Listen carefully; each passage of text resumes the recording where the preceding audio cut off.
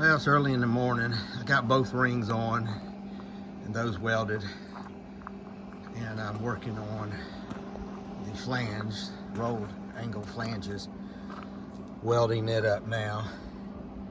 It's coming along, and after I get that welded, we got to fit the head on this end. I'm running a 1/8 inch 60-13 welding rod. It does really well on contaminated stuff with galvanized and stuff, and I'm running 105 amps.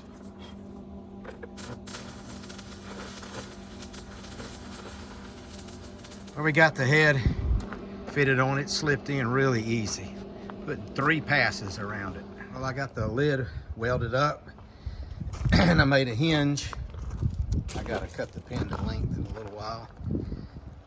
And I had to make the hinge a little bit sloppy purposely so that when the vacuum draws it in, that it allows for the compression of the gasket. So, and if I didn't allow enough, I can go from the 3/4 inch round bar that I use down to 5/8, and that will probably be sufficient. Well, next I'm going to build a rack that has rollers on it to go up inside there where we can roll the mantles in a little easier.